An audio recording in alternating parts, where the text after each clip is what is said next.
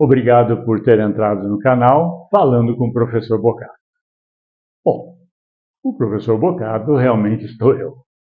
E a ideia é que você, estando junto comigo, você possa transformar sempre o seu ganho em um poder cada vez maior de conhecimento. Eu vou mostrar para você como é importante você se transformar num observador contábil e com que ferramentas que se faz isso. E o mais importante é que tudo isso está voltado à economia, né? Então, a ideia é que toda essa informação transforme desde 8% aproximadamente a 44% também aproximadamente, em economia, tanto faz na hora de contratar alguém ou aplicar todo esse conhecimento no setor, na área, no departamento. Enfim, é fazer com que sua empresa seja cada vez mais rentável. Para que você conheça, quem já me conhece, então, super prazer esse reencontro. Quem não me conhece, eu gostaria de destacar o seguinte, que é muito simples, né? É só me acompanhar nesse canal ou procurar na internet, está lá, né? Professor Luiz Carlos Bocato, e vocês vão ter uma ideia da minha caminhada. E acessou esse canal, eu tenho certeza que você tem algum motivo, alguma razão, e então nós vamos trocar ideias e explorar cada perspectiva que for apresentada no mercado, eu vou estar trazendo para você. E o meu conhecimento, eu gostaria sempre de ser transformado no seu conhecimento. E essa característica, se você não me conhece ainda, ela começa em 1992. E vou dizer uma coisa, eu sempre desafiei resultados. Porque descobrir uma vida profissional, do meu ponto de vista, ela começou com o meu pensamento. Depois, quando chega o mundo digital, eu percebi que há uma oportunidade muito grande, e é aí que nós vamos trabalhar o tempo todo, com o que eu chamo de inteligência ampliada. Bom, mas não é tão simples falar que tudo isso é simples. Nada é simples. Dê uma olhada só para ver como se constrói uma trajetória acadêmica profissional. Então, no meu caso, eu deixo bem claro, eu sou mestre em comunicação e mercado, é o que eu gosto de fazer. Aí, para ter resultado, eu tenho um MBA em contabilidade gerencial e controladoria, por um motivo muito simples, eu também me graduei em contabilidade.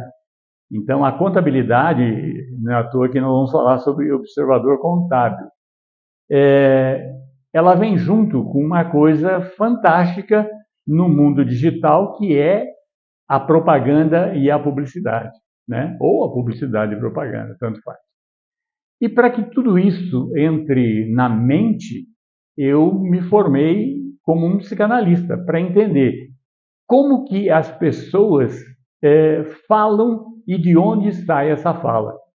Então foi essa a trajetória que eu construí, né?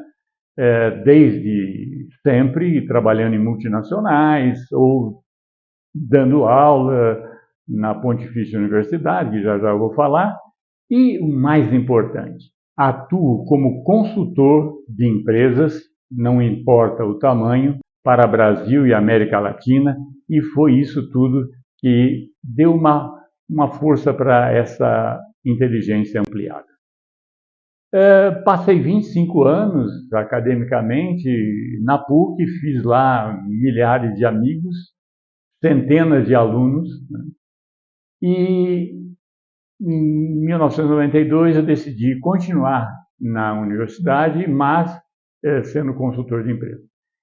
E me dediquei então a esse desenvolvimento acadêmico.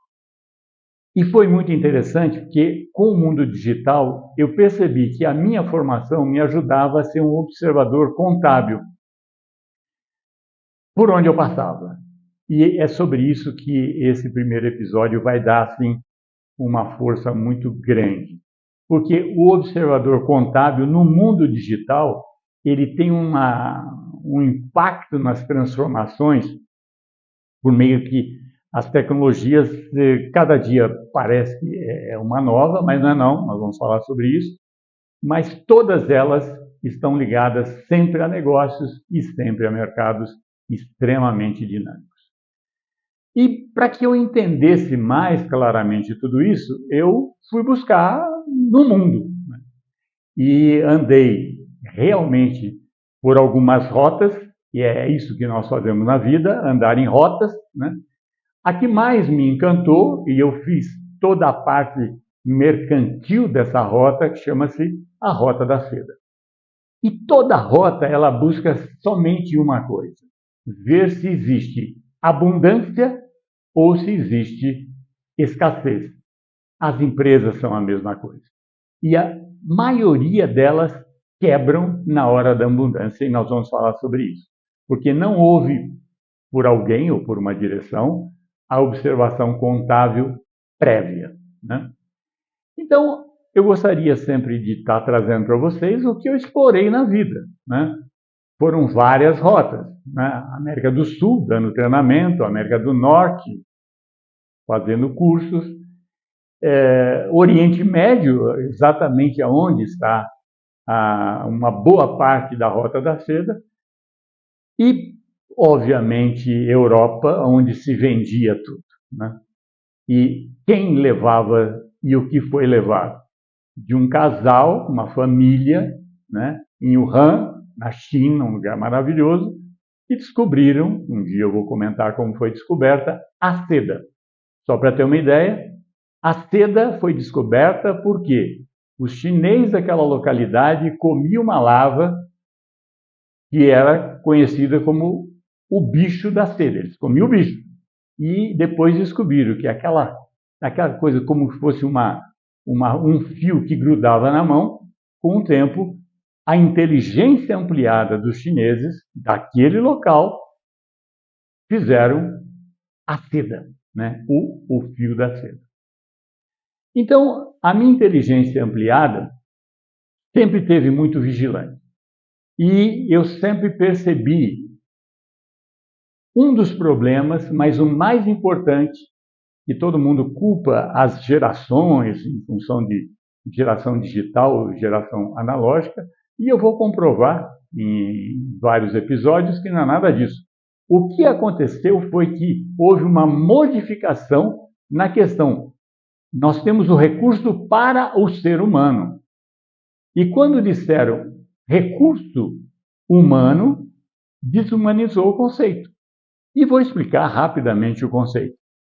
Sempre que um casal coloca um filho no mundo, eles oferecem, a mãe, é óbvio, mas o pai também, mas a mãe oferece o seio, o leite, quer seja dela ou não importa de quem, né?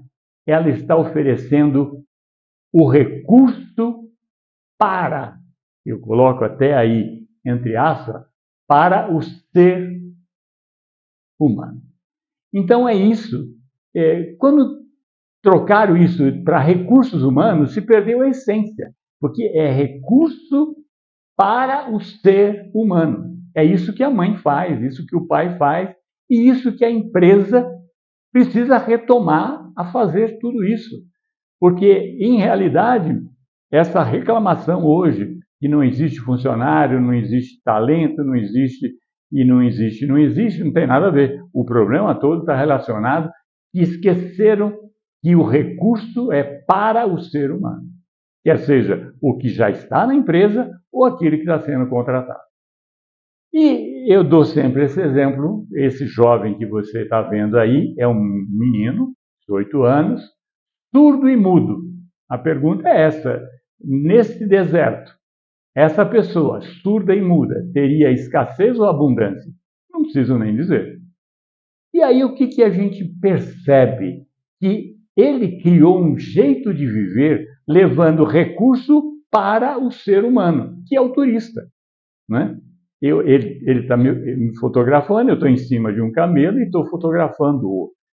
Então é muito interessante porque essa junção recurso humano reduz o ser humano a um elemento funcional, e não é, nós não somos elementos funcionais. Nós somos uma complexidade de essência.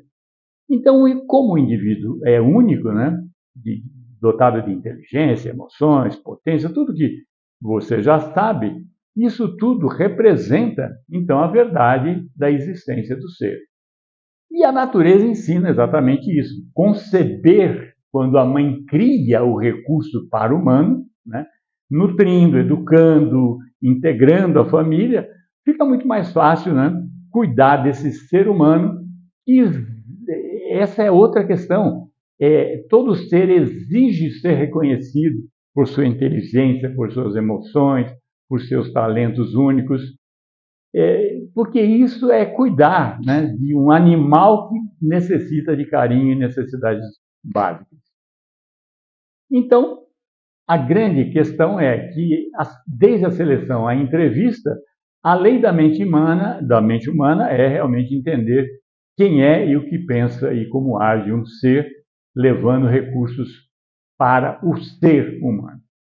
Reconhecer que talentos são de nascença, então, é reconhecer o óbvio, né? Que nós somos sempre criadores de soluções aos nossos desafios.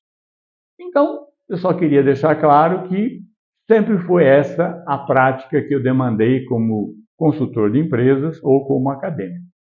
E, naturalmente, quando se produz recurso para o humano, nós temos 5 áreas que eu sempre pesquisei, que é a nossa profissionalidade, estrutura da informação e comunicação, o interrelacionamento, as nossas questões financeiras e, o mais importante, é o nosso fluxo neuroplástico, né? Que chama-se, uma tecnologia humana do intraempreender, comunicar e inovar. E aí nós criamos uma forma de medir tudo isso. Então, isso tudo é medido.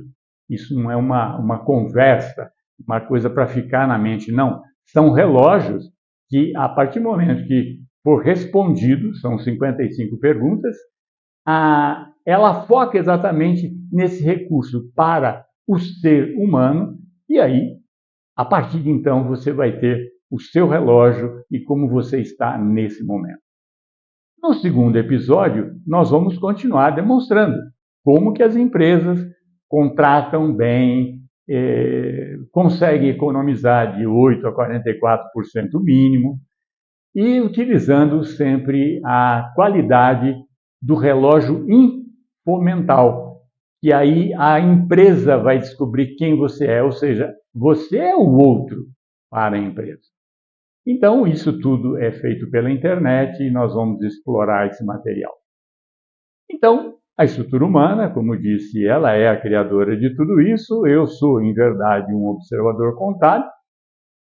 E esse teste de material vai ficar à sua disposição por um mês, é só começar. Durante um mês nós vamos ter um relacionamento de consultoria mesmo, porque ele é estrategicamente desenvolvido para que você consiga cada vez evoluir, mas evoluir de fato e sabendo quanto você está evoluindo nessas 5 áreas. Acesse o www.institutoifem.com.br e vamos começar a trabalhar. Se gostou, não perca essa chance. Preencha seu cadastro, está tudo muito fácil.